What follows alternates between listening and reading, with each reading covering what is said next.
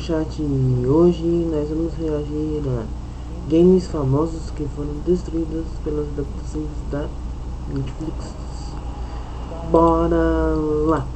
Que adaptar um game para um filme live action, uma série de TV ou até mesmo uma série animada é uma tarefa bem desafiadora. Não à toa a gente só tá começando a ver boas adaptações de videogame para cinema e para TV agora a partir de 2019. Porém, existe uma empresinha chamada Netflix que adora produzir adaptações de videogame. De vez em quando ela acerta, como é o caso do anime do Cyberpunk e a famosíssima série do Arcane, mas na maioria dos casos ela acaba criando bombas inacreditáveis que fazem você realmente se questionar por que caramba a Netflix gastou dinheiro produzindo uma porcaria dessa. É inacreditável. Homens dominados pelos testículos. E agora eu tenho os seus nas minhas mãos. É, ela tá afim de putaria. Então vem comigo, porque hoje, games famosos que foram destruídos pelas adaptações da Netflix. Mas primeiro, já vai deixando o seu like pra fortalecer, porque ele é bem importante. Também se inscreve no canal, ativa o sininho e me segue lá no Twitter, ok? Então, sabendo disso, vamos parar com a enrolação e vamos logo pro vídeo. Fala galera, aqui é o Terry Crews e você tá no Viajante Galáctico. E seguinte, The Witcher. Olha só, eu sei que The Witcher na verdade é uma série de livros, só que vamos ser sinceros, foram os games que popularizaram esse universo pro grande público. E o único motivo da Netflix ter produzido essa série foi graças ao sucesso colossal que o jogo The Witcher 3 fez na última década. Então sim, é um caso que dá pra encaixar nesse vídeo. Sem falar que o vídeo é meu e eu coloco quem eu quiser aqui. Eu nunca tinha ouvido falar de The Witcher.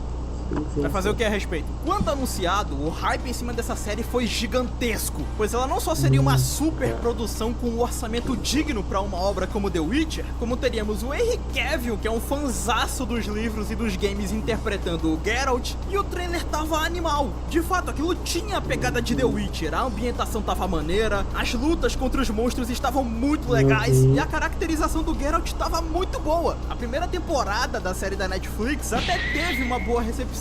Tipo, ela tem alguns problemas de ritmo e uma narrativa que se a pessoa que estiver assistindo não for um pouco sagaz, ela acaba ficando completamente confusa, mas no saldo geral a temporada foi um grande sucesso. Ela até que adapta ok os dois primeiros livros de Witcher, não tem nada de tão errado com os personagens, tem até a música do Jaskier / Dandelion, deu um trocado pro seu bruxo, que ficou bem famosa naquela época. A primeira temporada é um 6,5 bem tranquilo. Poderia ter sido bem melhor, mas dá pra assistir numa boa, não tem nada de ofensivo. Só que as coisas começaram a engrossar de fato a partir da desastrosa segunda temporada, que na minha opinião foi o que matou a série do The Witcher e que escancarou pro público não só os principais problemas narrativos do live action, como as tretas que rolaram nos bastidores também e que aparentemente foram bem intensas. Seguinte, segundo o que foi informado pela produção, a base narrativa da série live action do The Witcher supostamente são os livros, já que a própria showrunner da série, a Lauren Hissrich, vivia dizendo que o live action do bruxo seria uma tradução direta das páginas dos livros. Ela vivia falando que amava os livros, era muito fã dos games, o criador de The Witcher era um baita amigo dela. Ela falou que os fãs tanto dos games quanto dos livros iriam amar a série do The Witcher. Aí a segunda temporada chegou, e foi aí que a gente descobriu que essa mulher na verdade era uma mentirosa do caralho. Ela e os roteiristas da Netflix seguiram uma direção completamente diferente do material original e ainda por cima tomaram uma cacetada de decisões questionáveis que obviamente prejudicaram a cronologia da história. Falando como fã dos games, o que fizeram com o Wesker nessa temporada foi criminoso, cara. Transformaram ele numa espécie de Groot versão Resident Evil, ficou uma merda. Misericórdia, que trabalho satânico. Fora é claro que a própria história que a Netflix tinha inventado era um porre. Ela era chata, tava cheia de diálogos questionáveis, os personagens são um completo foda-se, tirando o Geralt e o Dandelion, que são de longe a melhor coisa dessa série. E ainda tem um ponto que os seus eventos não possuíam metade da complexidade e sentimento que o material original possuía. E pasmem, isso foi feito de propósito, porque segundo um dos produtores, o tal do Tomek Beginski, o material original, que é da Polônia, possui nuances demais e isso pode acabar dificultando a experiência e o entendimento.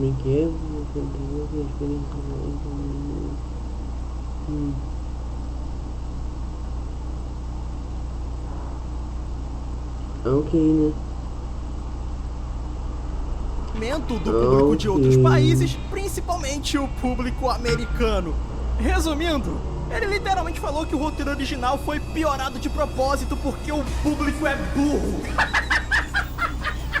E obviamente, tanto a segunda temporada quanto a terceira foram fracassos monumentais. Todo mundo odiou, e aí a lavagem de roupa suja começou. Segundo The Hollywood Reporter, o Henry Cavill de fato era um grande fã do universo de The Witcher e ele queria que o material original fosse respeitado. Ele até falou em entrevista que só continuaria na série se ela honrasse a obra criada por Andrzej Sapkowski, o criador de The Witcher. Rumores também apontaram que o Henry Cavill lutou dentro dos bastidores para que os roteiristas mantivessem a fidelidade ao material original, dando um toque nos caras, apontando defeitos, alterando o roteiro. O Henry Cavill queria que os caras respeitassem o material original e essa galera ficava com raivinha. Tu vontade de agredir esse filho de rapaz! Traduzindo, eles cagaram e andaram pro Henry Cavill. Pariga, velho. Ele tem que ser extinto mesmo, esse filho da puta. E o que dá ainda mais força pra esse rumor é que um dos roteiristas de The Witcher, o Paul DeMaio, que você deve conhecer por ser o criador de X-Men 97, ele também era muito fã dos games. E ele revelou no seu Instagram que vários roteiristas da série do The Witcher não gostavam dos games e muito menos dos livros da franquia. Segundo o que o DeMaio revelou, os roteiristas até mesmo faziam piada e ficavam debochando dos elementos da obra original. Eu não acredito, velho.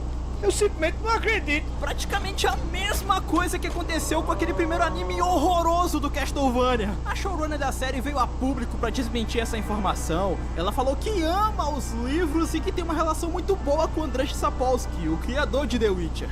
Porém, um ano depois, o próprio criador de The Witcher veio a público e ele falou que deu umas ideias para a produção do live action, só que ele foi sonoramente ignorado por essa corja. But no, maybe I gave them some ideas, but they never listened. They never listened. But it's normal. It's normal. Who's this? It's a writer. There's nobody. Eu mato ele! Eu mato ele! Ele tem que morrer! E graças a esse clima gostosinho nos bastidores e a falta de respeito tremenda com a obra do Andrzej Sapkowski, o Henry Cavill ficou muito puto e abandonou a série na terceira temporada, sendo substituído na quarta por Liam Hemsworth, o irmão do Thor. E o público, que já estava revoltado com a série, ficaram ainda mais nervosos. E hoje em dia, praticamente qualquer postagem sobre a série do The Witcher é lotada de gente tacando hate. A série inicialmente teria 7 temporadas, mas após a saída do Cavill e a queda absurda da audiência na terceira temporada, a série foi encurtada para 5 temporadas. The Down acabou promessa. Resident Evil, a série. Esse trambolho foi anunciado em 2020 e logo de cara já deixou todo mundo com o pé atrás, já que em vez dele, sei lá, adaptar a história de um game ou talvez pegar um personagem clássico dos games e contar uma história paralela à original, que é o que as animações do Resident Evil fazem. Não. Vamos fazer uma história focada nas filhas do Wesker que não existem nos games. Burro, infeliz, burro! E um ano depois, em 2021, a Netflix apresentou o elenco que iria dar vida aos personagens da série. E o que mais chamou a atenção foi o Lance Reddick sendo contratado para viver o icônico vilão Albert Wesker. É, igualzinho, velho! Todo mundo sabia que essa série ia ser ruim, só que ninguém esperava que isso aqui ia ser o pior produto live action já feito com o nome Resident Evil, superando os infames filmes da Mila Jovovich e o tenebroso Resident Evil Bem-vindo a Raccoon City. Meu Jesus Cristo. As protagonistas dessa série são as filhas do Wesker e elas se passam em 2 períodos de tempo diferentes. No passado, mostrando as garotas ainda adolescentes vivendo com seu pai Wesker na misteriosa Nova Raccoon City, e no futuro mostrando as 2 irmãs adultas e agora inimigas vivendo num mundo destruído por um apocalipse zumbi bizarro. Eu já fiz vídeo aqui no canal analisando a temporada inteira. E meu amigo, isso aqui é de longe a experiência mais torturante com o nome Resident Evil que existe. O enredo é horrível, no futuro ela é uma história de apocalipse zumbi genérico. Eu acho que eles queriam fazer uma história de apocalipse, sei lá, genérica, mas aí só colocaram o nome Resident Evil, tá ligado? Pra chamar a atenção. E no passado, ela é uma malhação versão Umbrella. Os personagens Sim, são... eu joguei já Resident Evil 5. 5 joguei pra caramba. Acho que foi até o final no 5, mas acho que zerar. Não tô lembrado de zerar não. 880. Ou eles são extremamente insuportáveis, ou eles são uma porta de carisma. Ah, é, e todos eles são muito burros, é irritante. Tem uma zumbi Fritz, que é a rainha dos zumbis, e ela tem o poder de controlar todos os outros zumbis. Resgataram um dos elementos mais odiados dos filmes da Mila Jovovich, que é aquela porcaria de história de clone. Esse Wesker bonzinho aqui é um clone do Wesker original, que... Bom, já eu falo dele. Essa série é tão lamentável que o único motivo para as pessoas ainda terem algumas lembranças dessa porcaria foram os memes que ela acabou rendendo dentro da comunidade de Resident Evil, como a inexplicável cena da vilã Evelyn, que é construída durante a temporada como uma mulher fria, sádica, uma baita de uma ameaça. No final tem a cena dela dançando Dua Lipa.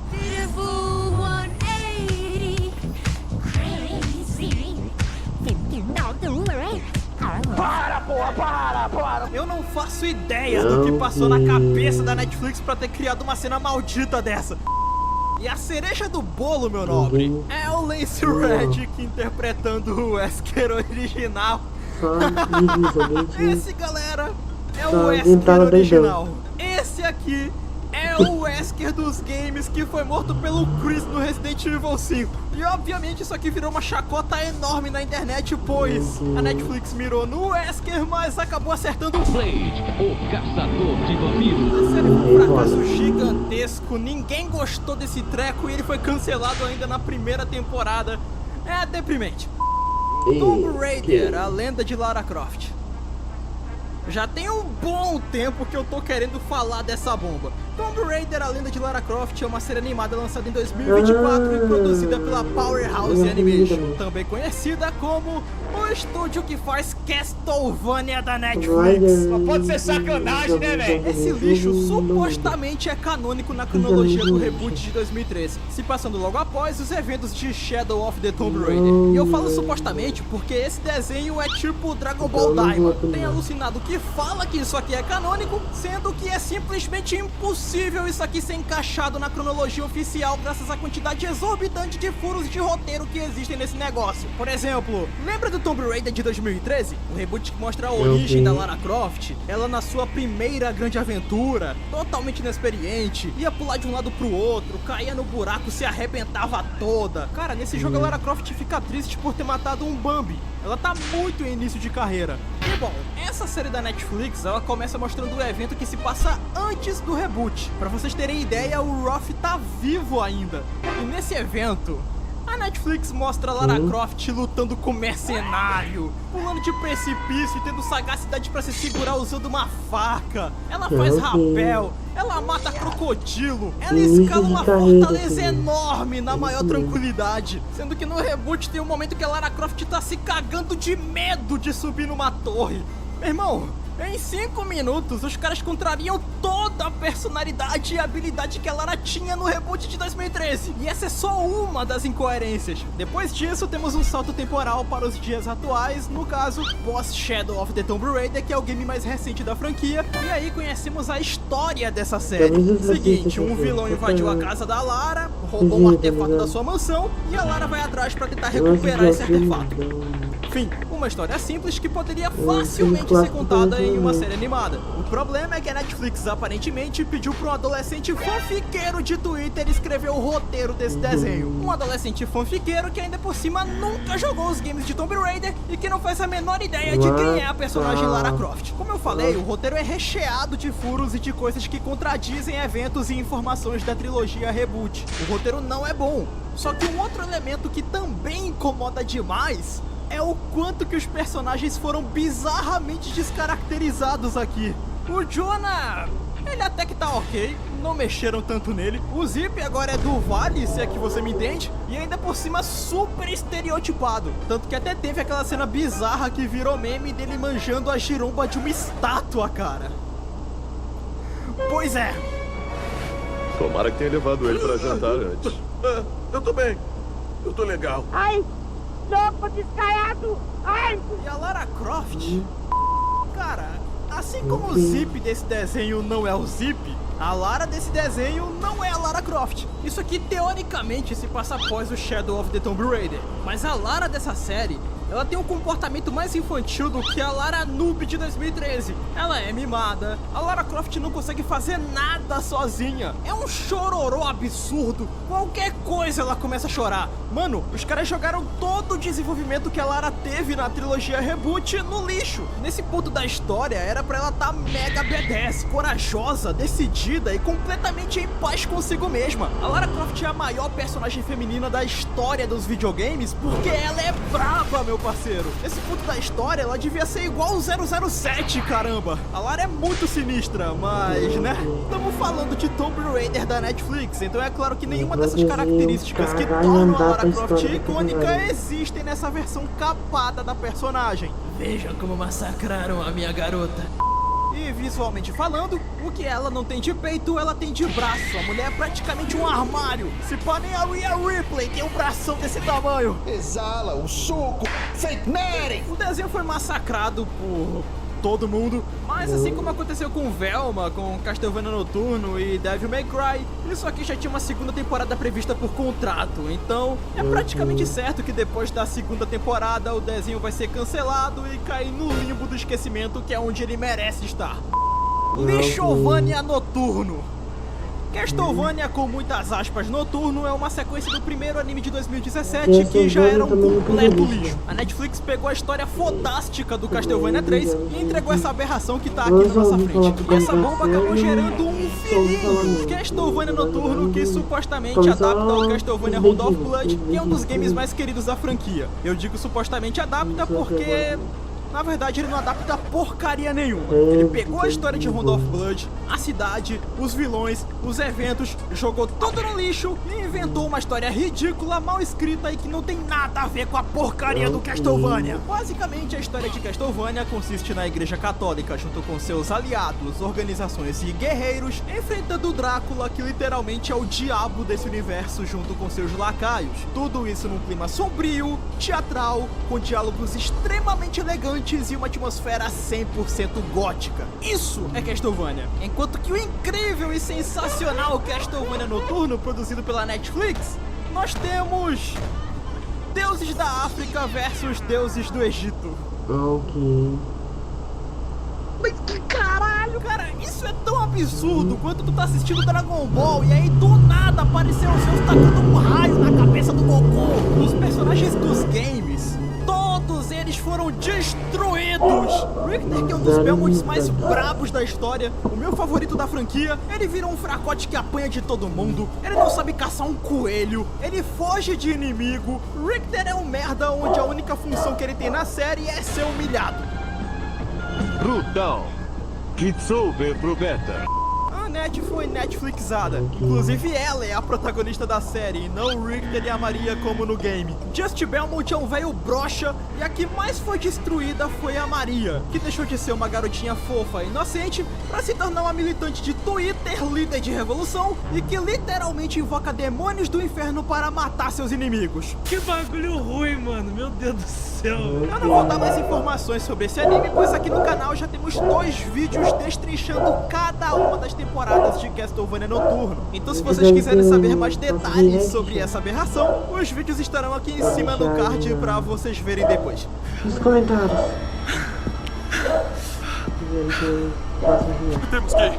Temos que sair daqui, temos que ir, porra! Se borrou tudo, né, Nervão? Se borrou tudo, vai ter que trocar as fraldas! Devil May Cry.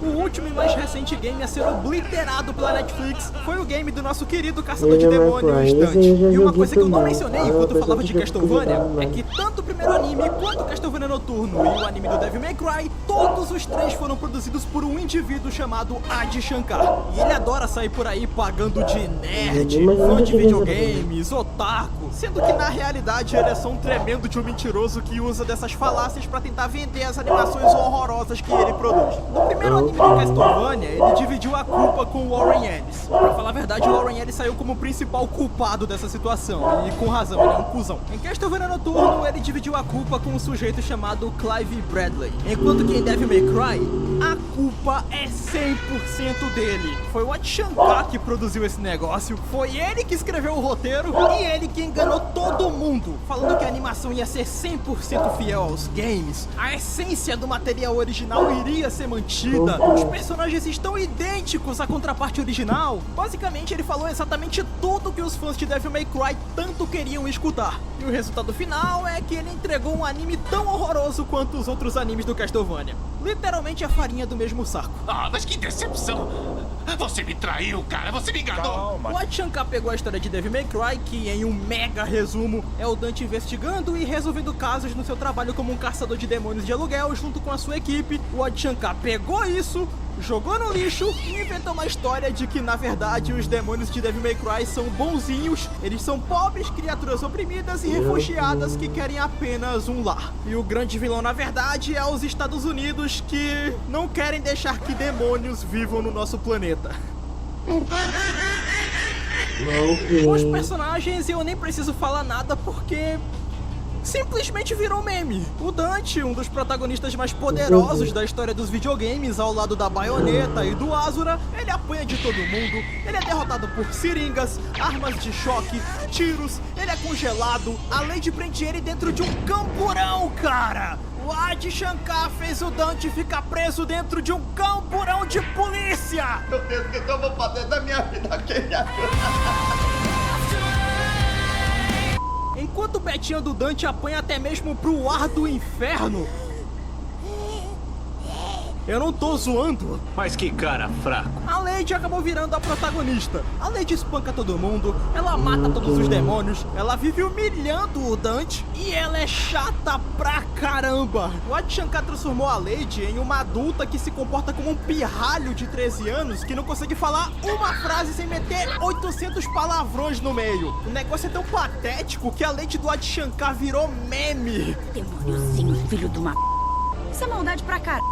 Pra mim, ele não fez mais do que a da obrigação dele. O c****** tá desaparecido mesmo com a... Não, eu sinceramente eu não tô acreditando nisso não, que eu tô vendo não. E não satisfeito em cagar na história desse universo, na atmosfera, no Dante, no Sparda, que é tratado como um Zé Ruela nessa série, na Lady, o cara ainda cagou no Virgil, transformando ele num capanga que serve mundos por vontade própria. Meu Deus. Virgil servindo alguém por vontade própria. Esse anime é uma merda gigante. Ele é ofensivo e se vocês quiserem uma review bem mais detalhada e aprofundada, também tem um vídeo só falando dessa bomba aqui no canal. Os Sapiens e seus exércitos não têm noção da tempestade que está por vir.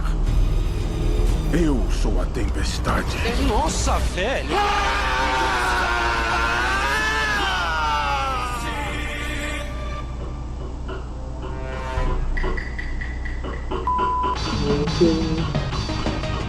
Bom, gente, vamos ficando por aqui. Valeu.